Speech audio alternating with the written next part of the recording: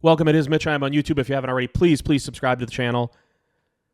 I don't know what to say about that one. What a freaking gutsy win. Green Bay just beat a 5-1, well now 5-2, Houston Texans team. And you could make a case the Packers played their sloppiest game of the season. Think about that. This was not against a team in the cellar. This was not against one of the bottom feeders in the NFL. The Packers just beat a team that not only has playoff aspirations, but Houston definitely believes they can make a run in the AFC this year. And the Packers just beat them, playing one of their sloppiest games of the season. Now, I'm not one to pat myself on the back. Makes me cringe. But can we please go back to Friday's video? Here's what I said. Fate would tell you, the football gods would tell you, this is going to come down to a kick on Sunday from Brandon McManus. Houston, Green Bay, Brandon McManus is going to get thrown right into the fire.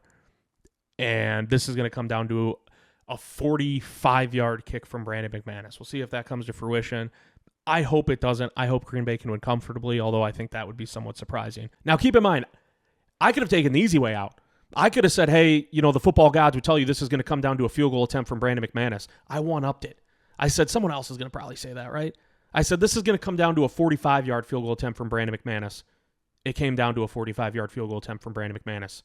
He piped the first one. Houston took a timeout, drained the second one. It counts. Green Bay wins. They win the winter warning game with the All-Whites. There were two ways we were going to talk about this game. It was either going to be, oh my God, Green Bay just lost to Houston and CJ Stroud did nothing, or it's Green Bay wins like we're doing and they played horrible at times. Offense at times, terrible. Special teams, pulling my hair out. Defense, I think the defense was pretty good outside of letting Joe Mixon run wild for most of the game. Got that stop at the end when they needed it, forced Houston into a late field goal instead of letting Houston pick up that last first down, which would have allowed the Texans to run the clock all the way down and then kick a field goal as time expired. But like across the board, there's still some very frustrating things going on with Green Bay. Penalties, interceptions. Like Green Bay lost the turnover battle today 3-0. You lose the turnover battle 3-0 against a good team, you're losing 9 times out of 10, maybe 8 times out of 10. And this is that 1 or 2 times where you get the win, and that's what Green Bay did today. There's so much to digest from this one. You can go all the way back to pregame. Please click subscribe, by the way, Mitch. I'm on YouTube.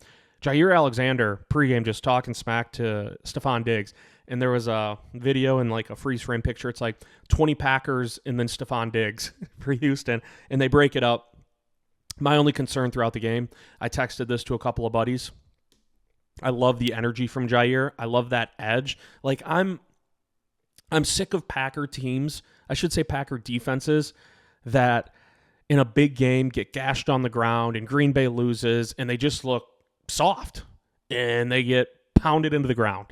This team has an edge on defense under Jeff Hafley. And no, they didn't force a turnover today. And they've forced 17 in 6 games entering this one against Houston. But there were some hard hits. There were some great tackles. There were some big TFLs. They sacked CJ Stroud 4 times. Rashawn Gary finally gets a sack, and it's a hilarious one where the right tackle trips over his own feet on the snap, and Rashawn's just on-blocked right into CJ Stroud. I will say Rashawn Gary had plenty of pressures, at least 2-3 pressures, helping to flush Stroud out of the pocket during that game. I'll be interested to see those numbers later on tonight or even tomorrow, and then we'll break those down. This feels like a different Packers defense. It really does. My concern was Jair. So I like seeing the energy from Jair, but I texted a couple of buddies and I said I'm terrified that he's going to get a taunting flag at the most inopportune time. Like on a 3rd down where he gets a PBU on Stephon Diggs, but then goes over the top with the taunting and draws a penalty. It never happened. And he was John with Diggs pregame. CJ Stroud had a run to the Green Bay sideline, and Jair got right up in his face, and Stroud was a little flustered. Joe Mixon was barking with Jair and gave him a little helmet bump. I love the energy for Jair if it can get right to that line without going over. And today, his jawing got right to that line without going over. I'm fine with it then. Bring it every single week. I want a defense that plays with an edge, that plays with a little swag, some aura. That's what I want to see from this Packers defense. 7 games in, under Jeff Hafley, pretty damn good, and we see some of that. It's just so refreshing. CJ Stroud's one of the best young quarterbacks in the NFL. CJ Stroud was 10 for 21 today for 86 yards. 10 for 21, 86 yards, no touchdowns, no picks, sacked 4 times. Green Bay wiped out their passing game. You could say, oh, well, they didn't have Nico Collins. They didn't have Nico Collins last week either, and CJ Stroud looked a hell of a lot better. They still have Stephon Diggs. They still have Dalton Schultz at tight end. They still have Joe Mixon. They still have Tank Dell. 10 for 21, 86 yards. Green Bay said, nah, you're not going to beat us with the arm today. And that secondary, it was a no-fly zone. It was a no-fly zone in that secondary for Jeff Hafley. So impressed with the defense. So impressed. I know Joe Mixon ran wild at times. He had the 2 touchdowns for Houston. Think about the situations the defense was put in for Green Bay. Jordan Love, we'll get to him in a minute, had 2 boneheaded interceptions. And Houston's scoring drives in the first half, listen to these. Scoring drives in the first half for Houston, 4 plays, 6 yards, field goal. 2 plays, 11 yards, touchdown. 9 plays, 23 yards, field goal. And then 5 plays, 55 yards for a touchdown. Those were the scoring drives in the first half for Houston. And another thing, if you go back to on Friday, I said for whatever reason, Jeff Hafley's been making massive adjustments at halftime. Green Bay, I think, were they 5th in the NFL in second half points allowed. And I said, whatever's going on in the locker room, keep working that magic for the defense in the second half because they aren't allowing hardly any points to the opposition in the third and fourth quarters of games this year. Houston today, in this one, Green Bay wins 24-22, 3 points in the second half for Houston. And with less than 4 minutes to go in the game, Houston had 37 total yards of offense in the second half. I don't know what Green Bay's seeing. I don't know if Jeff Hafley is just putting on a masterclass in halftime adjustments. It's working. A really, really good, potent, solid Houston Texans offense scored 19 in the first half, a couple of them on short fields because of Jordan Love interceptions, and just 3 points in the second half. That is a Jeff Hafley masterclass. Green Bay always talks about protect the ball, protect the ball. You know, like when they win games and they do the video in the post game, in the locker room post game, and Matt LaFleur is giving out game balls left and right. He always talks about like protect the ball, protect the ball. Green Bay lost the turnover battle 3-0 today and still won against a really good team. I can't say that enough because it's incredible. Like, and all 3 turnovers came in the first half. 2 interceptions from Love, and then that debacle on the punt return by Keyshawn Nixon that Houston dove on. Green Bay lost the turnover battle 3-0 in the first 30 minutes and only trailed 19-14 at the break. That's a miracle. Against a good team, that is a miracle to not be trailing by more. This is a really good Packers team. You can win playing this ugly against one of the better teams in the league. What's it going to look like when everything's clicking? What's it going to look like when Green Bay doesn't have a dumb offsides call, a holding call on offense that really burns down a drive? What's it going to look like when things are firing on all cylinders? Because we just saw them win one really ugly against a really good team. I can't wait. You know, I thought Arizona, that game 2 weeks ago, was pretty clean from Green Bay. But it was against an Arizona team that there aren't really high expectations on the outside for that team this year. I don't think many are pegging the Cardinals to be a playoff team. Still, it was close to a complete game, it felt like. Still a couple things that give you headaches. Today, there were plenty of headaches for Green Bay in this one against Houston. Winning can cure a hell of a lot. Everyone in Packerland is smiling because, hey, all that matters is they got the win. They moved to 5-2 on the season. Just a gutsy win.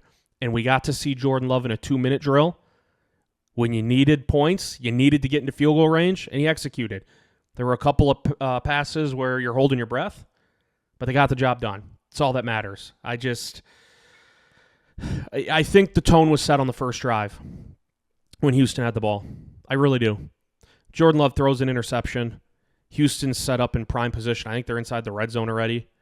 And Green Bay's defense says, we're not doing this today. We're not doing this today.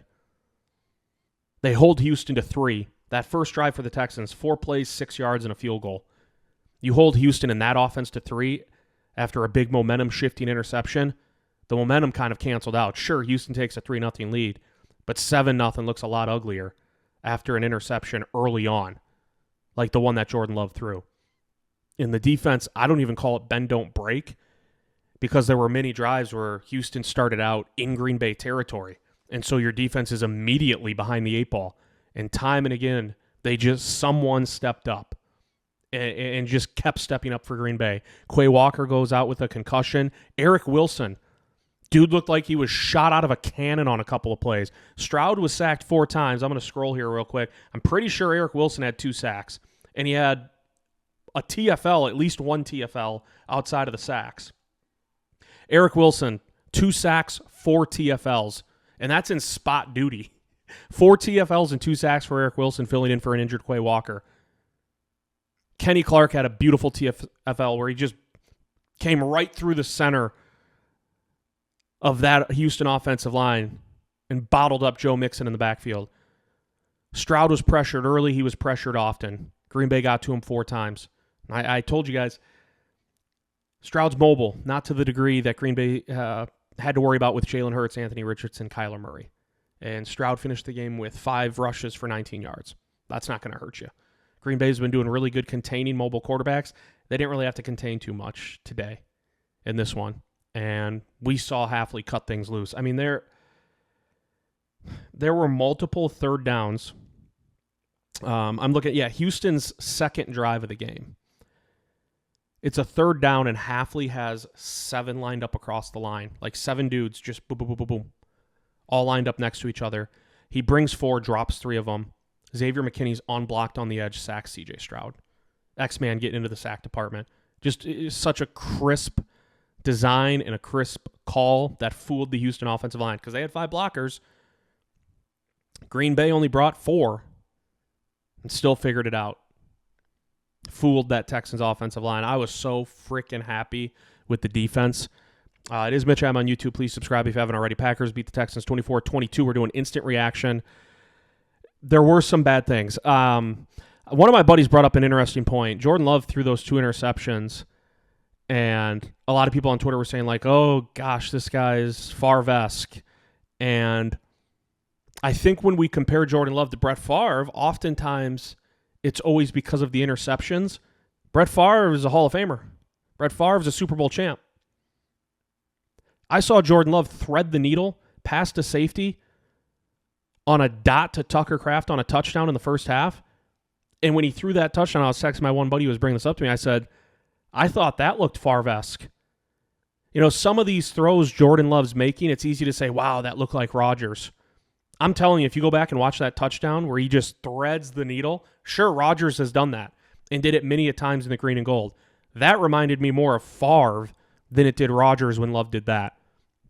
So whenever Love has these head-scratching interceptions, and we want to say, because there are plays that he makes that aren't interceptions, they're completions, they're outside the pocket, they're off platform, where I think it looks more like Favre than Rodgers. I hope Packer fans going forward don't just make the Love-Favre comparison when Love's throwing interceptions. Because I'm telling you, when he threw that touchdown to Tucker Kraft today, the first thing I thought is, holy shit, that's Favre-esque. You could say Rodgers-esque if you wanted. For whatever reason, it reminded me more of Favre. Just threading the needle right past the safety. Tucker Kraft has to sprawl out into the end zone, makes the catch.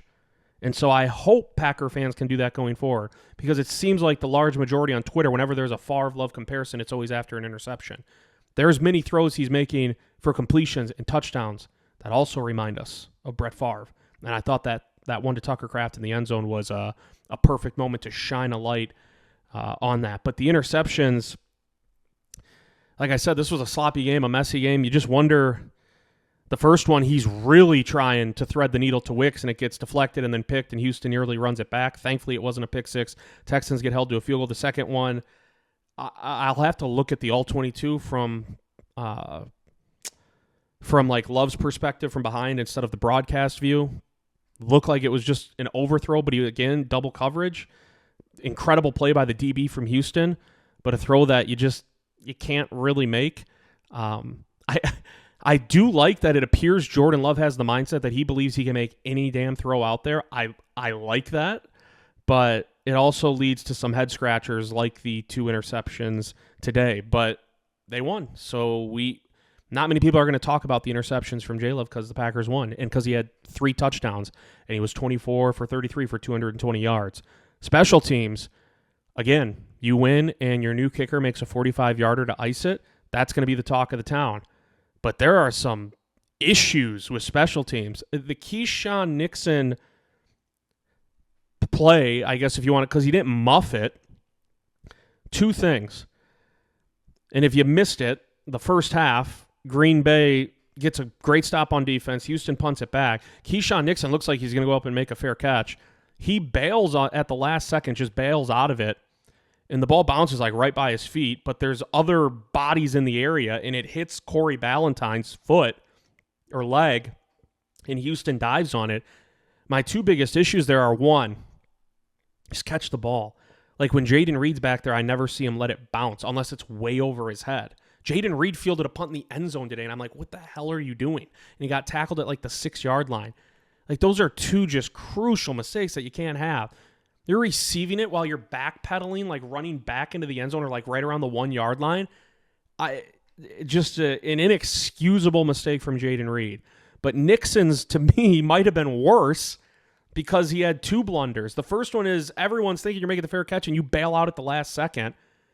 And then two, you're not yelling at your teammates. It didn't appear to get away from the ball because the ball bounced once and then it bounced twice. And then it didn't hit Ballantyne on the fly.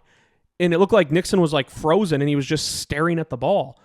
So not only did he bail out at the last second, which put everyone in a chaotic, sort of stressful spot for the Packers, he didn't yell for Ballantyne and company to get away from the ball, or at least it didn't look like it. He just stood there. You didn't see him like waving his hands frantically or yelling. A lot of the teams will yell, Peter, Peter, Peter, like get away from the ball. And you just didn't. I don't know. That was extremely frustrating. The special teams woes just, it seems like, okay, our new kicker goes 3 for 3 with extra points and drains a 45-yarder on a walk-off. Awesome. And the problems with the special teams primarily have been in the kicking game because Daniel Whelan's done a great job punting. There haven't been, massive hiccups or at least multiple hiccups in the punt return or kick return game or giving up big returns. And so you think if you check the box like, hey, McManus, we can rely on this dude, that's going to solve a lot of the problems for special teams. And then today, two of them pop up in punt return. I don't get it. I don't know what else to say outside of it has to be fixed. And like some of it seems simple. Like, hey, Jaden Reed, if you're backpedaling and running back and you have your heels pinned, I don't know where they were pinned, at the 10 or 15-yard line. If your heels are pinned at the 10, 15-yard line and your first motion after a punt is going backwards, probably don't want to receive that one. Just trust that it's going to bounce into the end zone.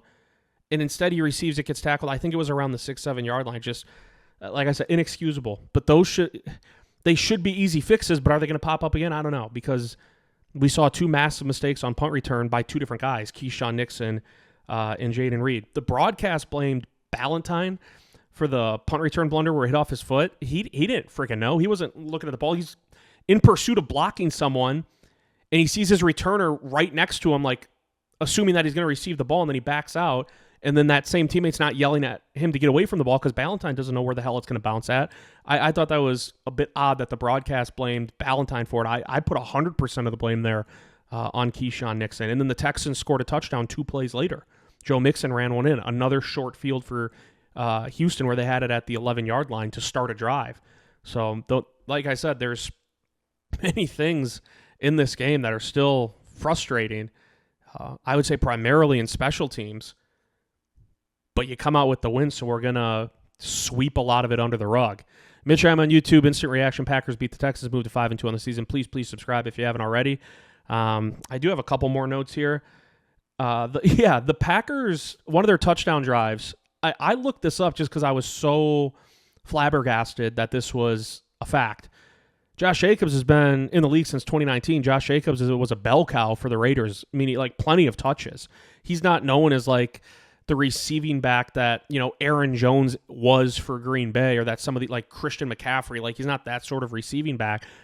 But entering today, Josh Jacobs had 208 receptions in his career, 0 receiving touchdowns.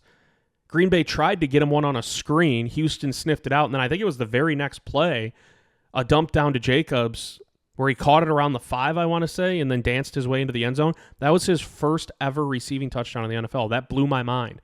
Again, not a guy that's going to rack up 6, 7 receptions a game out of the backfield, but to have 208 receptions coming in and 0 career receiving touchdowns, I almost thought it was like I misheard it from Jim Nantz on the broadcast, but I went and looked it up, and I was like, yeah, 208 receptions entering this one, 0 receiving touchdowns in his career. That blew my mind that that he had never had one.